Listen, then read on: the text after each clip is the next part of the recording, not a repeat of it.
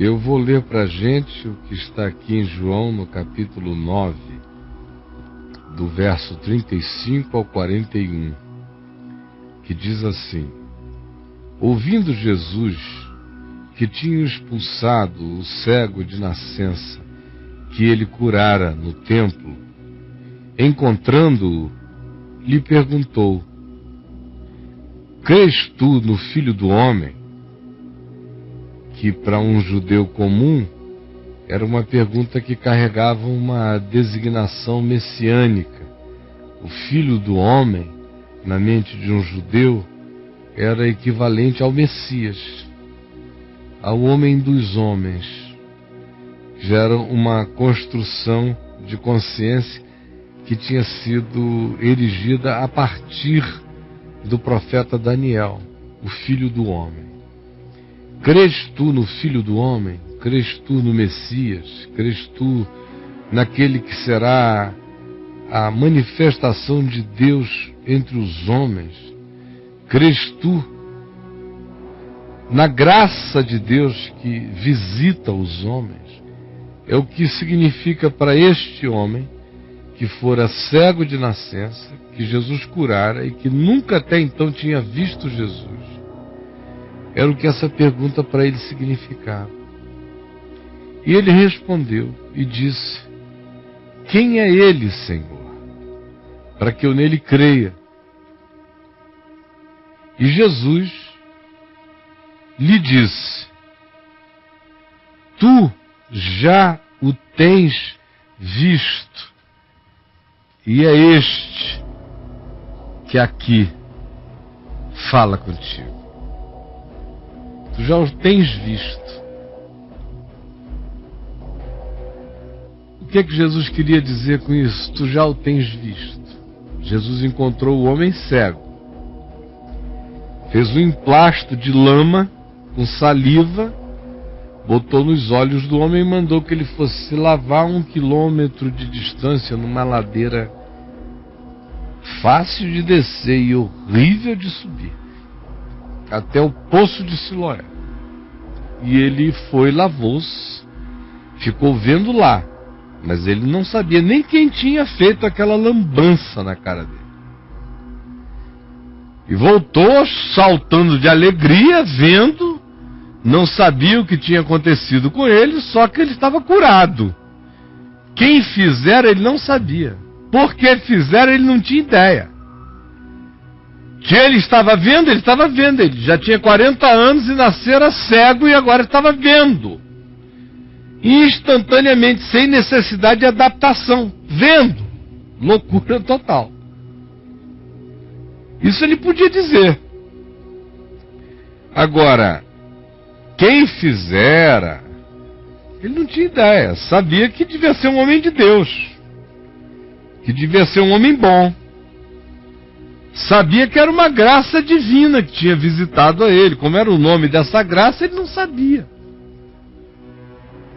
Se aquele que tomara aquela iniciativa tão cheia de arbitrariedade amorosa, de não perguntar se o cara queria, simplesmente cuspir no chão, fazer emplasto, lama, aplicar nos olhos dele e dizer: vai te lavar. E o cara foi porque não tinha alternativa, não ia ficar melado o dia inteiro, daquela lameira. A gente acha que é uma lameira santa, divina, porque era de Jesus. Mas para aquele homem a interpretação não era não, era uma gosma de um pouco que cuspiu no chão, passou por aqui, doidão, sei lá, cismou comigo, deu uma escarrada aqui no chão, fez uma gosma, emplastou na minha cara, covardia, eu sou cego, não pude nem me defender, o bicho, flap, flap, flap, totalmente politicamente incorreto, e me mandou me lavar, claro, né? O que ele pensava? Que eu ia ficar aqui com a gosma dele na minha cara? Sou cego, mas não sou porco. Aí lá foi ele se lavar no tanque de Siloé, que quer dizer o enviado. Aí ele começou a tirar a porcaria da cara. Quando ele lavou o cuspe com lama, a gosma divina, A cegueira de nascença dele foi embora, houve uma recriação ocular nele. Ele que tinha os olhos secos, chupados para dentro, cego de nascença, tem o globo ocular murcho. E se não é murcho, quando não o seja, é completamente, frequentemente deformado. E quando não seja deformado, você vê todos os traços do desuso, o embranquecimento e tudo mais que a cegueira de nascença produz. Então, de repente, está aquele homem com o olho com cor, castanho, preto, verde, azul, olhando tudo, sem convalescença de nada, ficou doido, saiu subindo, correndo. Discutiu com o pessoal, depois eu vou falar sobre isso. Mas ele não sabia quem era Jesus, não tinha nenhuma informação, ele não foi evangelizado, ele não foi batizado, ele não foi catequizado, ele não sabia nada. Mas olha só a relação de Jesus com ele.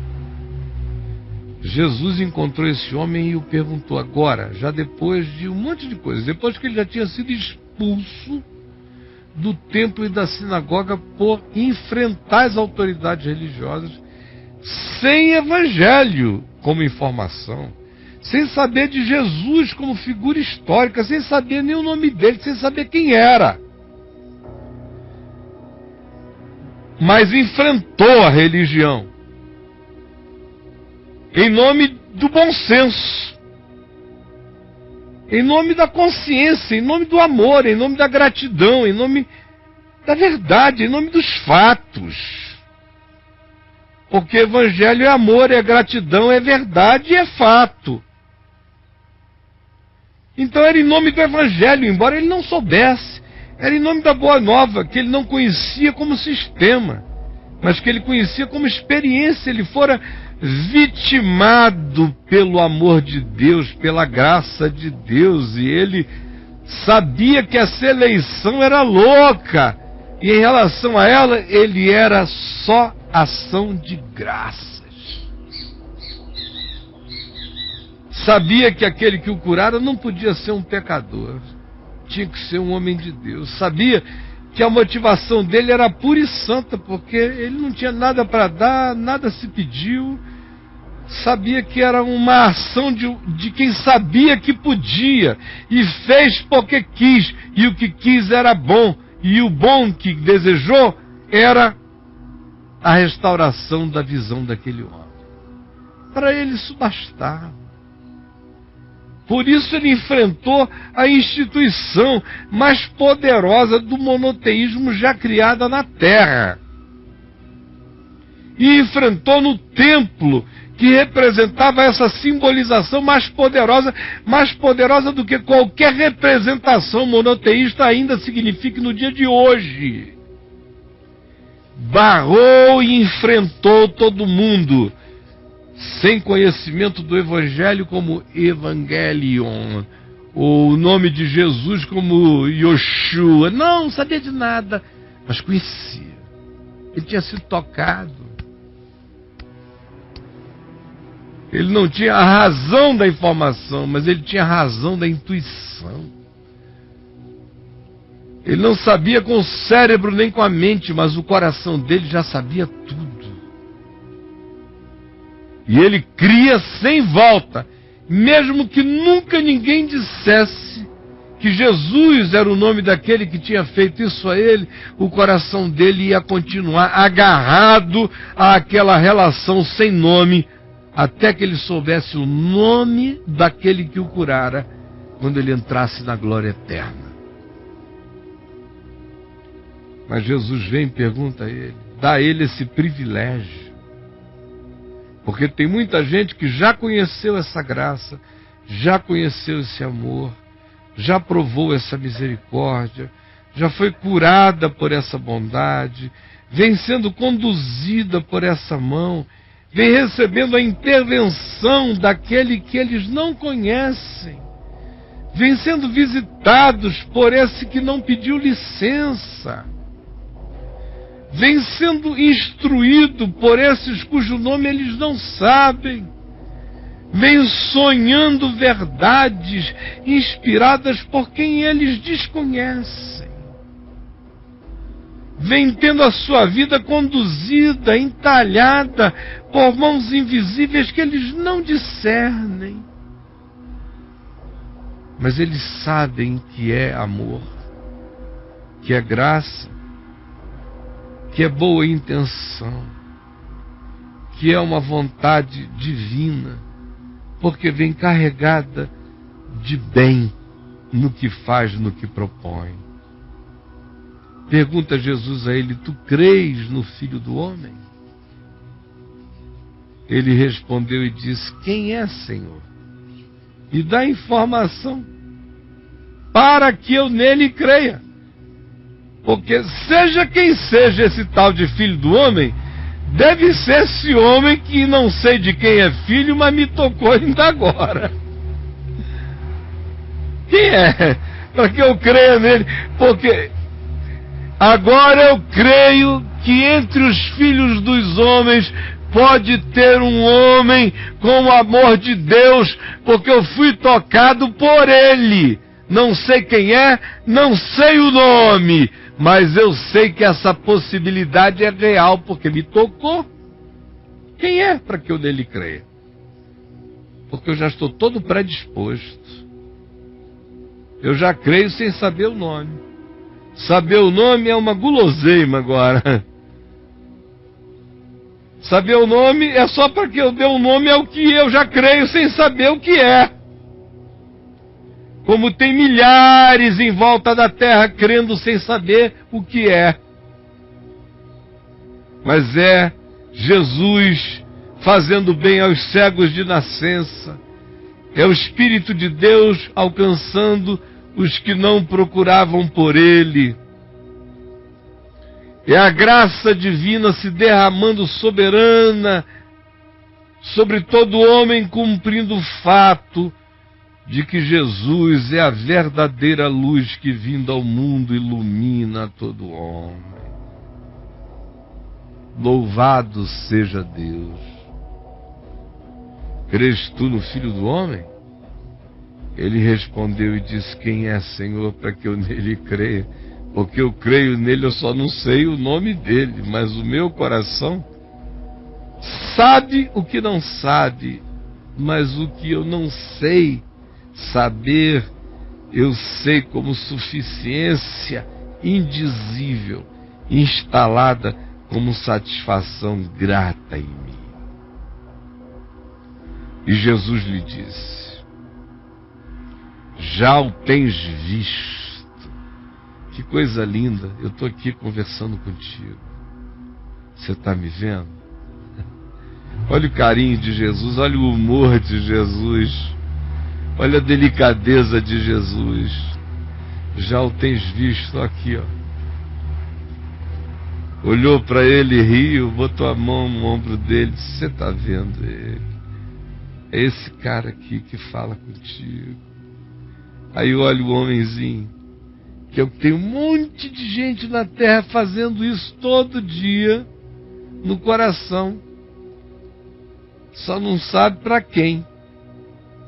Mas quando Jesus deu essa informação ao homem, o homem já estava cheio de Jesus, cheio de evangelho. A informação foi um privilégio histórico, a informação foi uma graça no tempo e espaço.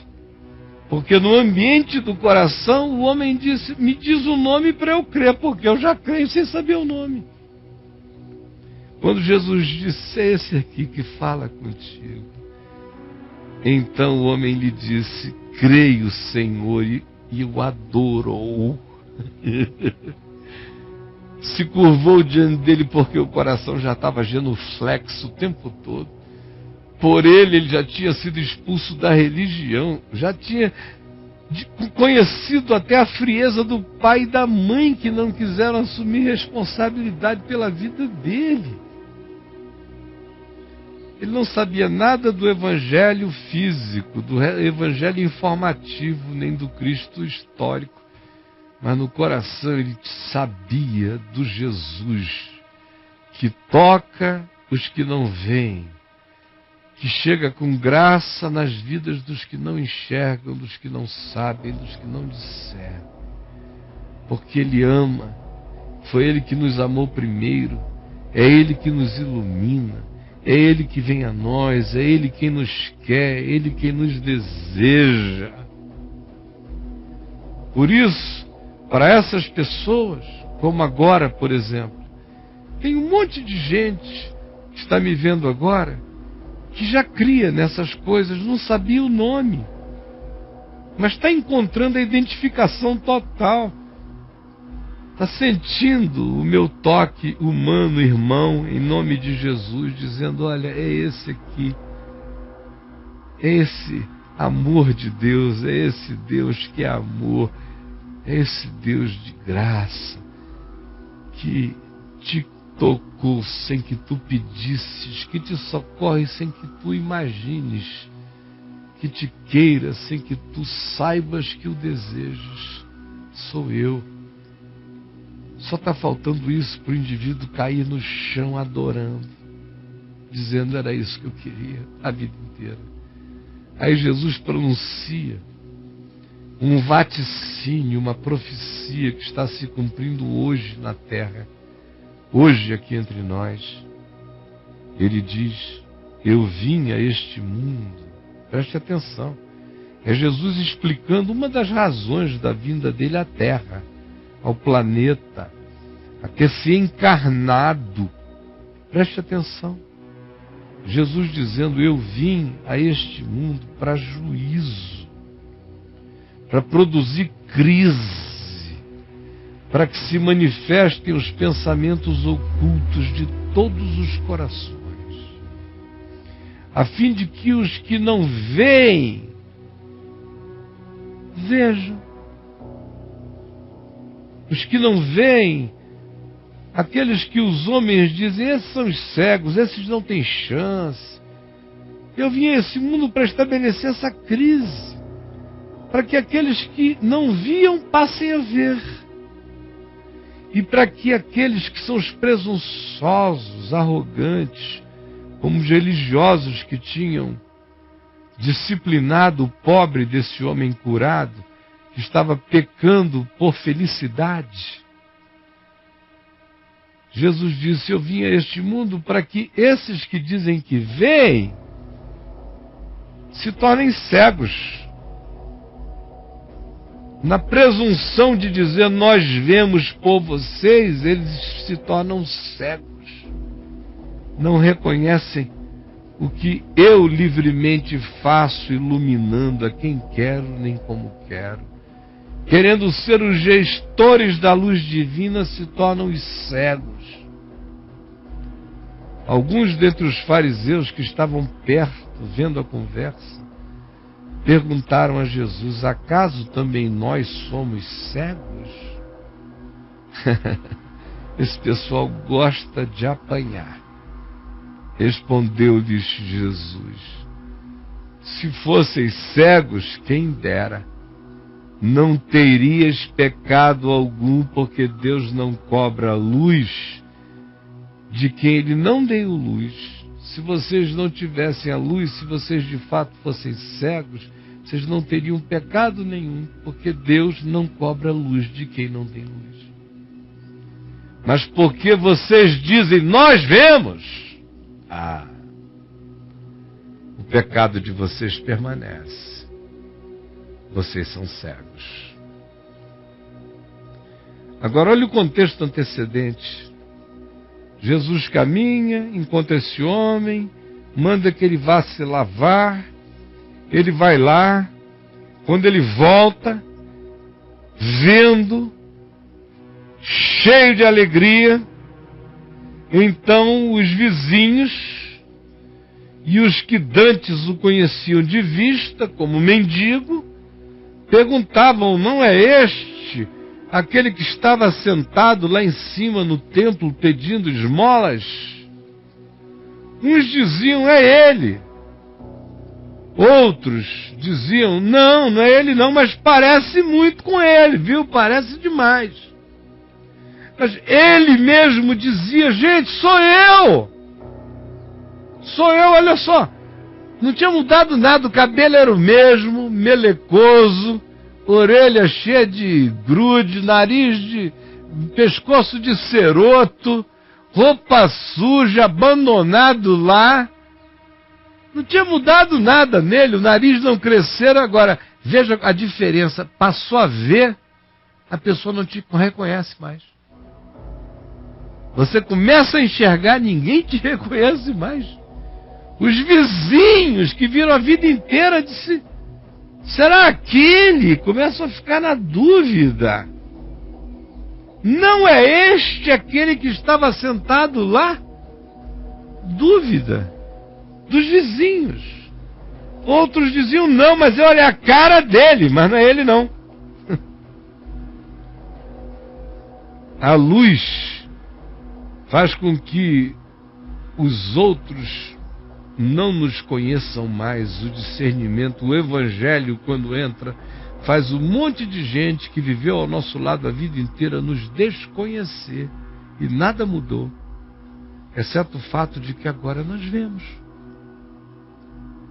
E você diz: sou eu, meu irmão, sou eu, mamãe, sou eu, papai, sou eu, pastor, sou eu, minha mulher, sou eu, meu marido, sou eu, meus filhos, sou eu, meus amigos. Mas eles não conhecem. A luz do Evangelho gera uma cegueira neles. Só porque você agora está vendo, eles não podem admitir esse milagre. Perguntaram-lhe, pois, como te foram abertos os olhos então? Se tu és, tu mesmo explica o modus operandi, como é que foi aberto, quem foi que fez, que operação, que mandinga, que negócio foi esse? Ele respondeu: o homem chamado Jesus, é um cara que anda por aí chamado Jesus, foi o que me disseram, passou por mim, me melecou todinho, foi uma nojeira, me mandou ir até o tanque de Siloé e disse: lava-te. Claro, né? Então eu fui, lavei-me e estou vendo. Foi assim. Foi esse milagre aí. Aí eles disseram: onde está ele? Aí ele falou: eu não sei. Eu não procurei, eu não buscava, eu não estava atrás. Eu fui achado por aquele que eu não procurava. Conforme o Senhor dissera, serei achado pelos que não buscavam por mim. Não sei onde ele está, mas ele sabe onde eu estou e ele veio ao meu encontro. Levaram, pois, os fariseus esse homem que fora cego. Pegaram ele e o levaram. E era sábado, um dia horroroso, dia de briga para eles. Uma cura dessa ia gerar uma confusão. Era dia de sábado, o dia em que Jesus fizera lodo e abriu os olhos ao cego. Então os fariseus, por sua vez, lhe perguntaram como chegar a ver. Ao que ele respondeu, já disse: olha, ele aplicou o lodo aos meus olhos. Esse homem que chamam de Jesus passou, botou o olho nos meus olhos, eu me lavei, estou vendo. Já expliquei para o outro grupo ali. É a mesma coisa, eu não tenho mais nada a acrescentar. Por isso, alguns dos fariseus diziam: esse homem não é de Deus. Jesus, dizendo que Jesus não era de Deus porque ele não guarda o sábado. Como é que ele tem coragem de violar o sábado, curando este homem, fazendo bem a este homem, descumprindo os nossos ritos? Ele não pode ser de Deus. Se ele fosse de Deus, ele guardaria o sábado, mas não curaria esse cego. Isso é a lógica da religião. A ordem e o progresso da nossa instituição são invioláveis. Cura divina em dia errado bagunça as ordens da casa. Foi o que disseram. Aí Jesus, que nunca deu a mínima para isso, já tinha ido embora, está ali o homem tendo que enfrentar essa situação desses indivíduos que têm essa interpretação. Diziam outros ainda: como pode um homem pecador fazer tamanhos sinais? Tinha um pessoal dizendo: escuta, será que ele é mesmo um herege que não é de Deus, porque não guarda a lei, não guarda o sábado, mas se condói de gente assim, cura esse homem? Como é que ele pode ser um pecador e ter esse poder que está na mão dele assim? Parece que ele faz o que ele quer, quando ele quer, para quem ele quer. Ele nem pede, ele vai lá e faz. Ele é diferente dos outros, ele não suplica nada aos céus, ele vai lá e diz: faz, seja. Ele é a fonte do poder. Como é que ele pode ser uma fonte maligna? Perguntaram essas pessoas. Aí houve uma discussão danada e o cego, o ex-cego, vendo. Olha para lá, olha para cá, o pau cantando. Aí de novo perguntaram ao cego: coitado, que dizes tu a respeito dele? Querem que ele seja o juiz do curador dele, que ele nem conhecia. Visto que ele te abriu os olhos, a tua culpa agora é ver. Já que foi ele que te abriu os olhos, então o que tu pensas dele? Aí o cara disse: olha, desculpe, na minha modesta opinião, eu acho que ele é profeta, né? No mínimo, deve ser um profeta. Não acreditaram os judeus que o cara tinha sido cego até os 40 anos e que nascera cego e que agora via, enquanto não mandaram chamar os pais dele. Aí já chegam esses homens aqui, uma mulher de 62 ou de 60, um pai de 62, 63, chega lá com um filho de 40, que eles largaram lá para esmolar a vida inteira. E interrogaram os pais agora, a família. É este o vosso filho, de quem dizeis que nasceu cego, como pois vê agora? É uma santa inquisição. Então os pais responderam: sabemos que este aqui é o nosso filho, não dá para negar. Que ele nasceu cego, nasceu sim. Senão a gente não teria ficado com ele cego até hoje, ele estaria ajudando a gente. Se tivesse alguma... Não era remela, não era sujeira nos olhos, não era nada, a gente fez de tudo, mas o bicho nasceu cego. Nosso filho é ceguinho da Silva. Mas não sabemos como ele vê agora. Muito menos quem foi que lhe abriu os olhos, nós não sabemos. Perguntem a ele idade tem, já tem 40 anos, ele fala por ele mesmo. Tirem a gente dessa, deixa a gente voltar para casa, que ele fique sozinho na delegacia do Sinédrio. Interroguem a ele, a gente não tem nada a ver com isso. Trouxemos-lo ao mundo, mas já faz tempo que ele se vira sozinho, cego e tudo. Agora vendo, ele pode se virar melhor ainda. Bye bye, tchau.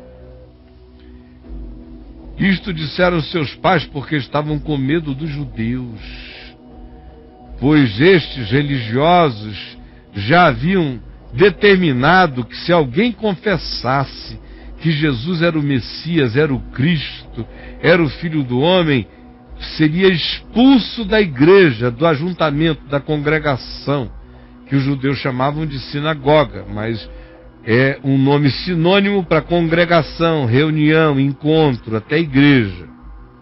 Por isso é que disseram os pais: ele idade tem, interrogai-o, porque eles não queriam perder o status dele na sinagoga. Então chamaram pela segunda vez o homem que fora cego, oficialmente, e lhe disseram, mas já é o quarto interrogatório, segundo oficial. E disseram agora: dá glória a Deus! Levanta a boca, meu filho! Dá glória a Deus, levanta a mão e diz: glória a Deus, glória a Deus! Dá glória a Deus! Porque nós sabemos que esse homem que te curou é um pecador, nós sabemos. Nós sabemos, a gente tem toda a certeza. Essa é a certeza da religião sobre alguém que eles não gostam, que está pregando a graça de Deus como um marginal fora da instituição religiosa, levado pelo vento do Espírito, fazendo só a vontade de Deus. Eles têm essa certeza de que o indivíduo é pecador. Que certeza é essa? Decorre do fato de que a pessoa não os obedece. É daí que decorre essa certeza. Tá, glória a Deus! Porque nós sabemos que este homem é pecador. Aí o cego, ex-cego, retrucou. Olha, se ele é pecador, sinceramente eu não sei, e sinceramente nem me interessa. Uma coisa eu sei, mas essa não dá para negar. Eu era cego, gente, e agora eu vejo. Se ele era pecador, ele é o melhor dos pecadores. Se ele é um herege, ele é o herege mais santo do mundo. Se ele é uma abominação a Deus, ele é uma abominação de amor. Que Deus ama essa abominação, porque não é possível. Ele veio ao meu encontro, só me fez de bem. Eu era cego e agora eu vejo. Não quis de mim nada, não me cobrou nada. Eu não sei quem é. Quem ele é, resolvam vocês. Para mim, eu só sei o seguinte: antes eu não via, depois dele eu vejo. Serve? Perguntaram depois. Que te fez ele? Não acreditam? É a quinta vez. Que te fez ele, o cara? O que ele me fez? Vocês estão querendo saber onde? Nos olhos ou na mente? Claro que ele não mudou só os meus olhos, ele mudou a minha mente. Eu não sei nem quem ele é, mas eu nunca mais enxergarei a vida do mesmo modo. Ele não só abriu os meus olhos, ele me deu visão. Ele não me deu só vista, ele me deu interpretação. Como me abriu os olhos? Eu já respondi a vocês, eu já disse, e vocês não querem crer. Por que quereis ouvir outra vez, a quinta vez? Porventura quereis vós também tornar-vos seus discípulos? Vocês estão me arguindo tanto, é porque vocês estão tão perturbados que querem se converter? Com certeza? Qual é a razão de eu ter que repetir? Então o injuriaram e lhe disseram: discípulo dele és tu, seu desgraçado. Nós somos discípulos de Moisés, da lei. Sabemos que Deus falou a Moisés, mas deste não sabemos de onde é. Respondeu-lhe o homem, o ex-cego: nisto é de estranhável que vós não saibais de onde ele é, e contudo ele me abriu os olhos. E vocês dizem que não sabem de onde que um homem que veio e que me abriu os olhos, eu que nasci cego de nascença, vocês não sabem de onde ele é? E vocês são os teólogos, os que estudam Deus? Pelo amor de Deus, isso é de admirar. Que ironia do homem. Ele já está levando para a ironia total, porque não dá. Aí disse: sabemos que Deus não atende a pecadores. Isso ele sabia. É um axioma humano que um cara que anda ali para fazer o mal, para prejudicar, ele não vai ser instrumento da luz de Deus. Ele pode até virar um mágico, ele pode virar um curandeiro desses de cura de massa, aonde tudo ali é sugestão, é hipnose, é placebo mental, é autocondicionamento, mas não é cura divina. Cura é isso aqui. Cura. Não é sugestão, aqui é cura. De fato, ele está dizendo, é um axioma universal. Nós sabemos que Deus não atende a pecadores, a quem vive para enganar, para roubar, para mentir, para possuir, para expropriar. Deus não atende. Mas pelo contrário, se alguém teme a Deus e pratica a sua vontade, a este ele atende. O cego já sabia, O que o apóstolo João vai dizer para a gente, não sei quantos anos depois, lá na epístola dele, a mesma coisa, que se nós orarmos segundo a vontade de Deus, Deus nos ouve. Esse homem nasceu sabendo dessa informação no coração, porque ele intuiu, não porque ele foi informado a respeito disso. Sabemos. A este ele atende. Desde que há mundo, ele prosseguiu, olha que mensagem linda desse cara. Desde que há mundo, jamais se ouviu que alguém tenha aberto os olhos a um cego de nascença. E se este homem não fosse de Deus, não poderia ter feito isto. Mas eles retrucaram: tu és nascido todo em pecado, seu canalha safado, e nos ensinas a nós? O expulsaram da sinagoga, da congregação. Olha como um homem que não recebeu informação do Evangelho, não foi catequizado, não conheceu nenhum apóstolo, não frequentou nenhum lugar, pode de repente, por um toque que ele não sabe quem foi, não sabe o nome, quem o tocou não deu nenhuma doutrina, nenhuma instrução, não deu nada, mas como esse toque, que equivale a um sonho noturno, que equivale a uma visita silenciosa, no coração de gente espalhada no mundo inteiro, como esse toque, às vezes muda a vida de um ser humano para sempre. Não tem igreja, não tem gente, não tem crente perto, não tem ninguém, mas ele nunca mais vai ver a vida do mesmo modo, nunca mais vai ser o mesmo. Não sabe o nome daquele que lhe fez bem, mas sabe e intui quem ele é. No dia que ele souber o nome, ele vai dizer: eu sempre soube que eras tu, só não sabia que o nomezinho era esse. Mas conhecê-lo, eu sempre o conheci. E não negocia a consciência.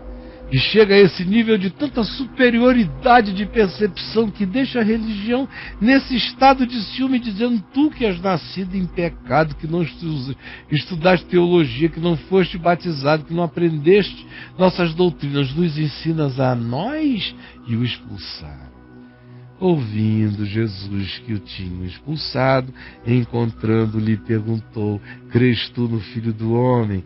Ele respondeu e disse: quem é, Senhor, para que eu nele creia? E Jesus lhe disse: já o tens visto. Me vendo agora, e antes de me enxergares, tu já me vias. Essa conversa toda que tu tiveste com todo mundo é conversa de quem já me conhece.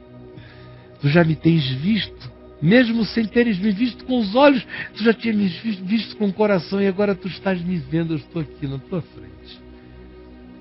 Aí o homem disse: eu creio. Eu já estou crendo desde o início, é só o que eu creio. E o adorou.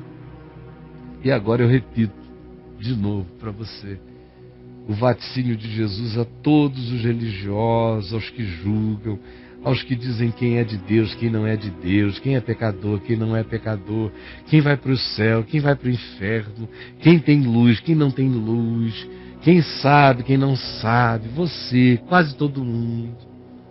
Ouçam, entendam e temam e tremam, caiam de joelhos, se convirtam, porque vocês são essas pessoas aqui que brigam contra o cego. Eu vim a este mundo para juízo de Jesus. Vai ser uma crise para vocês, a fim de que os que não veem, segundo o ponto de vista de vocês, vejam. E os que dizem que veem, se tornem assim estupidamente cegos, como vocês estão. E você deve estar aí perguntando a mesma pergunta dos fariseus: porventura eu, que fui batizado, eu que prego, porventura eu também sou cego, cara? Deixa Jesus responder a você. Se você fosse cego, você não teria pecado algum. Mas você julga, você condena, você põe no inferno, você é cheio de preconceito, você é nojento, mano, e não se enxerga. Quem dera você fosse cego, você estava limpo.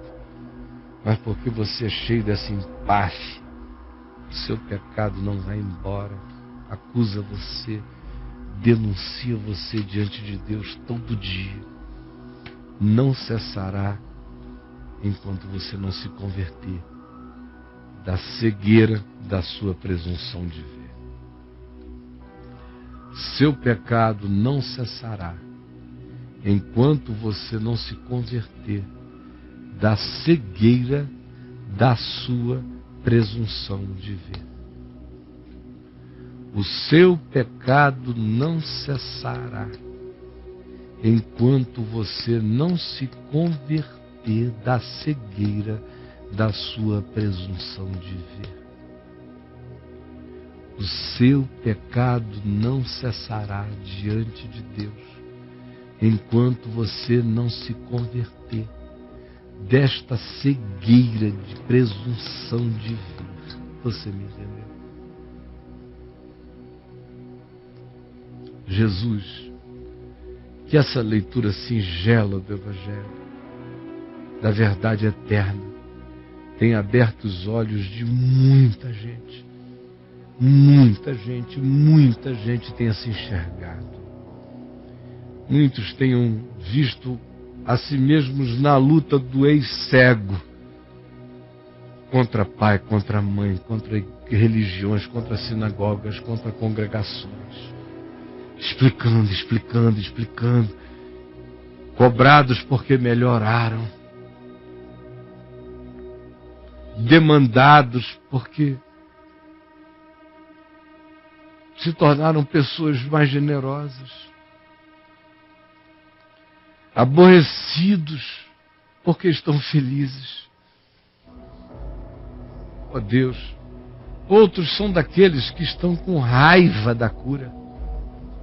Tem gente aqui com raiva de outros que foram curados, de gente que deixou o grupo, que deixou a sinagoga e melhorou, se tornou mais gente, mais cristã, mais discípulo, mais misericordiosa, de gente que agora frequenta um lugarzinho pequeno, que ora com pouca gente, mas está se tornando pessoa muito mais bonita, e eles estão com raiva da tua graça na vida deles.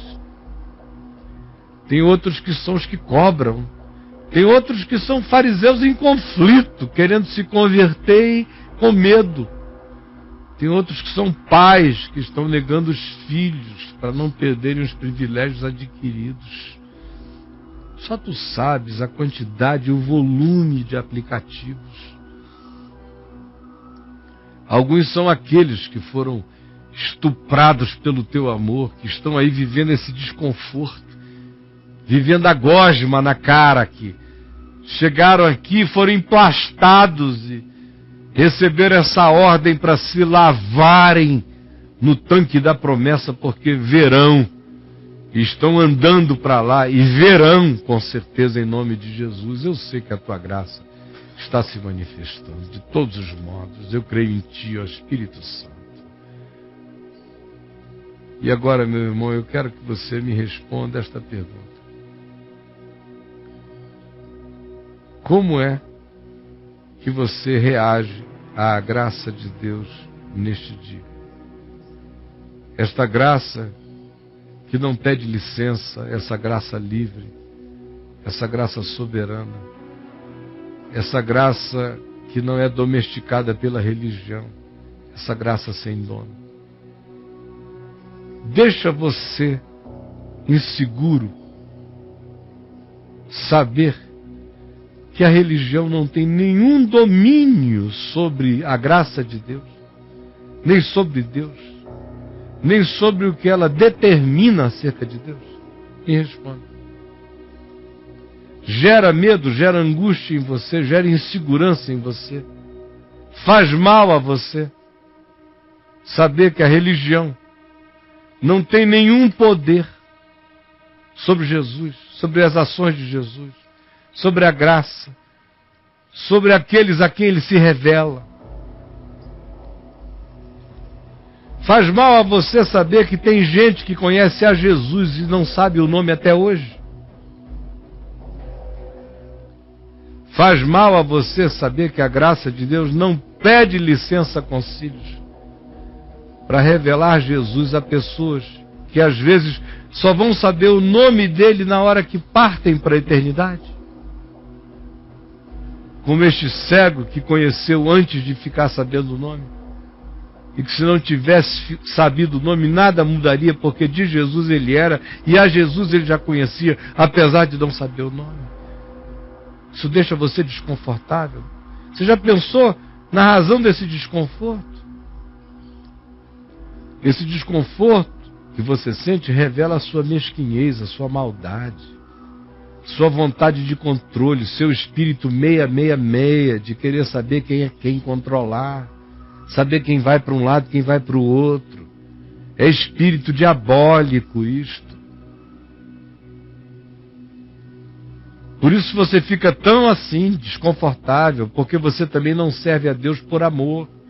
É por obrigação, é por medo do inferno, é por loteamento celestial. Então, quando você ouve que a graça de Deus não depende nem de quem quer, nem de quem corre, e que o Espírito sopra onde quer, e que assim como existe eu, que conheço a Jesus e o conheço pelo nome, e esse é meu privilégio, e eu não troco esse privilégio por nada, a bênção de saber que aquele que me conhece e a quem eu conheci, eu também conheço pelo nome, e conheço o Evangelho como construção de informação que me faz crescer.